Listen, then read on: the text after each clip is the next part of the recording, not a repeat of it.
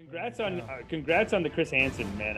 I still want to say congrats. I know it was a while ago, but congrats, man. Dude, hey, that was a great game. Congratulations. Oh, that was the worst. That was the worst business decision ever.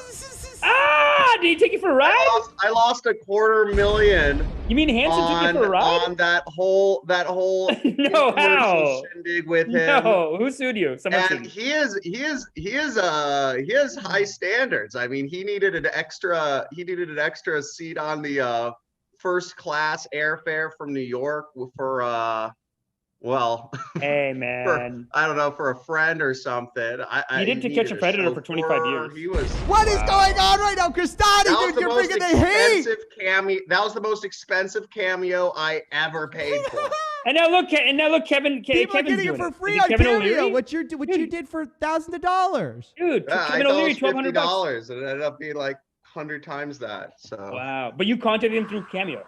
Did you contact him? Did you contact him through Cameo, and then you're like? Sorry, 1,000 times that. 1,000. No, my friend did. So my friend was I'm not going to go into names because I know that's fine. That's fine. Basic, we were doing infomercials. So they were my buddies were like, hey, Crestani, you want to do an infomercial? I was like, I'm always down. So I always say yes. So I'm just like, yes, let's do it. So I thought you were the mastermind though. So who invented the idea of you teaching people how to avoid scam courses? By the way, that's the funniest thing I've ever heard of in my life. You got to admit it's funny. You got to admit it's hilarious, dude. It was, I saw somebody break it down in the comments. They were like, this is like Inception. Yeah. It was kind of like super meta, but it was too meta that nobody cared to buy the book I was selling. So hang on, Crestani. Let me talk to you. Let's have a chat. Okay. Your acting was good. You look very good. Let me have a chat. Am I having a seat right here? Hang on, have a seat, Crestani. Because listen, I love Chris. I don't know, but yeah, I love Chris Hansen. It's your show. I love Chris Hansen too. No, but part of your book was an automatic $20 a month subscription. It was a $20 a month subscription. TV is expensive, man. I gotta make nobody back bought my money, book. Yeah, but books shouldn't be like a replenishing monthly charge. Like no book is a monthly charge book. Your book was $1, and then you got to pay $20 a month. She knows. That model did not work, and we you know what? Wow, we're running on TV. We're running every night on TV, but we don't do the recurring payment thing now. Really? Right, so. You're running you run that thing on TV? Not that. I paid about $10,000 in media. And I got 3 sales at $30. So that's, you do the math. I made back 100 from 10,000. So now, to put it lightly, we spend, 10,000 and we make back a bit more than that. But it took a while. But yeah, we're running every night on TV, so we're somewhere. Oh my gosh! Dude. Who knew Chris Hansen? So wait, let's be clear, okay? Because But Chris Hansen was replaced by a beautiful Chris blonde Hansen girl. thing? What are you saying? No, I'm just saying we don't use that infomercial. He's saying he replaced Crestani with a girl who has very beautiful features, and that's what we run on TV. Here we go. Crestani, where's the integrity here? Where's the integrity? What integrity? I don't know. I'd rather hang out with what integrity? Fair. Okay, but let's just go back to the book though, I guess, because what were you, Steven, what were you going to bring up? Because I kind of want to show him our halal money guy and see what he thinks of that. Like, what's the exact business you're selling, and what's the income from it? You know what I'm saying? Me? In that halal ad, you're selling kind of a book. You're selling a book. And then you upsell, then I sell a book. But you're selling, at some point you got to be like, I'm selling a book about how to spot scams, but then this is a scam. Because it's a bait and switch of the cost. So does that, I guess, is the equation just always how can I make the most money? That's got to be the equation that's used here. It's like, where is the market at, right? So people want to learn how to work from home.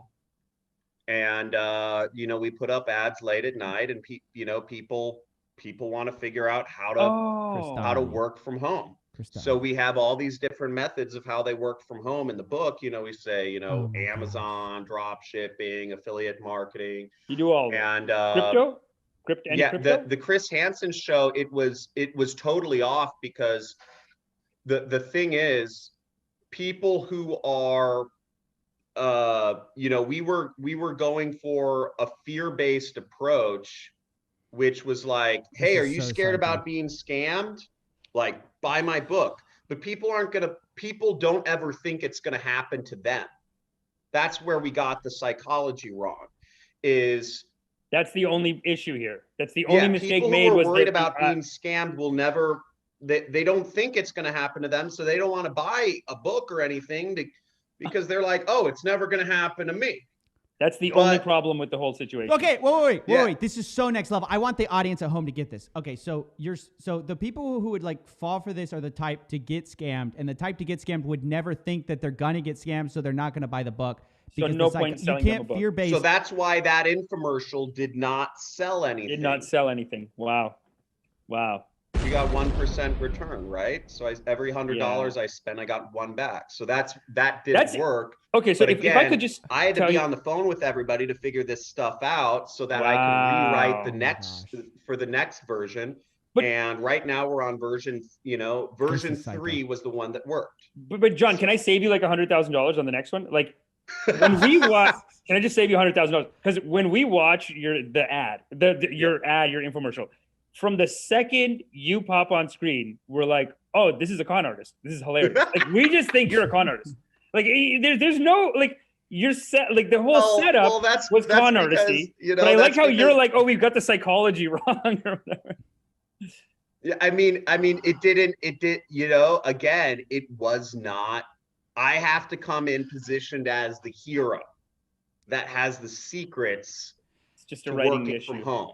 Right. And in the new infomercial, I come in on a helicopter, and like there's Lamborghinis, and you know there's a big mansion, and you know we have this beautiful host interviewing me. So it's just straight line. Oh, this is the Jordan Belfort, straight line, baby. None of this trying to be too smart and super meta stuff. It's very interesting. You're like, don't touch the fear. Okay, so that's. You fit into the guru space in an interesting way, because you don't really have any problem just being like, yeah, I'm going to be as showboaty, as ridiculous, bombastic of a, like, it doesn't matter if people see you as a scam to you, whereas these other scammers are trying to hide it. Do you feel like your method is almost more honest in a way? Because you're just like, yeah, this is what it is. If you're going to fall for it. You know, like, I don't know. I do marketing. Like, you know, we're talking about marketing here. You know, so yeah.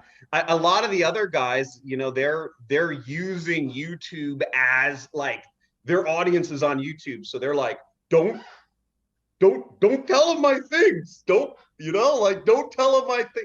Like, I don't have to worry about that because my market's like, you know, it's like, not. My guys are so stupid.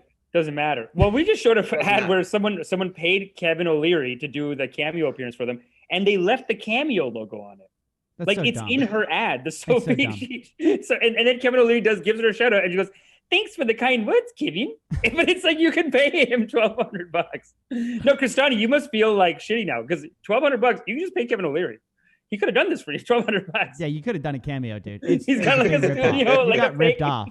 She even wrote "as seen on Dragon's Den," and it looks like she was on Dragon's Den, but it's just Kevin O'Leary. What is this, like a Facebook ad or something? Dude, Crestani's doing this ad next week. No, it's so. Wait, like, let me swipe this. Here. Come on. It's Sophie. It's Sophie Howard. Give me the link. Let me show you something, Crestani, because I want to talk about your channel getting deleted. That's actually why I originally invited you on the show. So yeah. That was BS. That was total BS. Can we talk about that? Because originally I was having on the show to almost, okay, so look, you know, I'm about your biggest critic. I don't think you should be allowed to do what you're doing. But your channel got deleted, and I was like, I was in this weird place where I was like, I don't know what to do, because you didn't get 3 strikes. And I'm against it was like my worst. It's like stuck between a rock and a hard place because it's my worst conundrum. It's a YouTuber's worst nightmare. That is the perfect way to sum it up. Yeah. And like terrible. As a YouTuber, I felt bad for you. As CoffeeZilla, I was like, oh, I don't know how to feel about this. But eventually I was like, dude, you can't pick and choose who you want to be deplatformed and how you want them to be deplatformed. Because you just got overnight, your channel got deleted. So usually you know this, I'm sure you guys, is that, you get strike one, you get strike two, and you're down strike one, you're down for a week. You can't upload anything for a week. Strike two, you can't upload anything for a month, and strike three, you're out. And you would have known, right? My daily upload schedule has been consistent, so you would know if I would have had a first or a second strike. I had none of those. It came out of the blue. Overnight, you were just gone from the platform. It was like YouTube apologized. Oh, okay. And said, "Oh, sorry, our algorithm made a mistake." Okay. After a week. Wow. So they checked your channel and said, "No, we got to put you back on." Because I wonder, I don't know if you followed this. There's this other YouTuber who got taken off. Leafy is here. Overnight also, like no strikes, no warnings. It's just, are there any like big ones I would have heard of? Yeah, well, this guy Leafy is here was 4 million subscribers. Leafy is here, 4 million subscribers. Yeah. And overnight, and they haven't apologized. They're like, yeah, he's whatever, like he's done. Yeah. So yeah, I felt weird. I felt weird about it when it happened because I was like, dude, I feel as a YouTuber, I feel so bad because I built a channel. I know what it is to build a channel. It's like, it's a ton of hard work. It's a baby. It's like, it's for many to get to to get to those levels. It's your entire livelihood. I know, dude. That's a lot. It's your audience. Do you guys know Mumkey? That's crazy. Like, do you guys know Mumkey? He was like a podcasting, smaller, he got smaller up to like YouTuber. Smaller. He also got deleted. That almost makes it more sad. He got up to like 100, 200,000, and then I think he got depressed after that. No, Mumkey. I don't know if anyone knows who Mumkey is. Yeah, his whole video his whole channel got destroyed. He had to go restart it from scratch. And YouTube, you're lucky they responded to you, by the way, Crestani, because most of the time they don't respond. I prepared. They won't 3D listen. Chess. It's like, what do you mean you prepared 3D chess? I had been paying 15% of my AdSense revenues for the past year and a half to an MCN. Okay. So I'm working with a multi-channel network. Those are and they don't do anything for me. Seriously. They've made over $100,000 from me. And 15%. 15. Yeah, 15.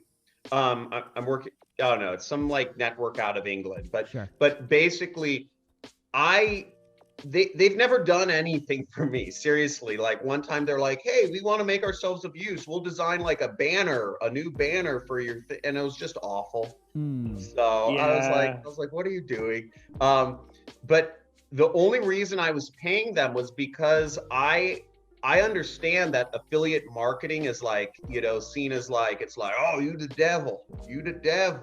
What is this scammy network? It's a pyramid shape, right? Or whatever people think about it, it's not seen as in a good light in the mainstream. So I've always been worried about this. Right. I also like to talk about like crypto, right? I'm wearing like a HODL shirt right now. I like to talk about crypto. I like to talk about different stuff. So I've always been a little worried, and the MCN was able to connect. It took them a couple days to get through to somebody in YouTube, but they have a little more sway than an individual does. Oh my God. I don't think I ever would have gotten my channel back if it hadn't been for being a part of an MCN. That is sort of next level chess, though. I mean, that is pretty smart because they've made a lot of money. They've made a lot of money off. They made over $50,000, over $50,000, but for doing nothing. Dude, you guys are advertised to me like crazy. Like you're not anymore. But I remember at one point, Crestani, you had 4 ads up, and they were all like, "Sam Ovens is a scam. Do this instead. Sam Ovens is garbage. And every time I click, it was you in front of a helicopter, I think, on the beach. And you're just like, dude, hey, that guy's stupid. Do my class. And like you're giving him money. I mean, look, whatever the business is, Yeah. I honestly don't know what it is yet, but you're making them money and they just kick you off like that. I think it's rude.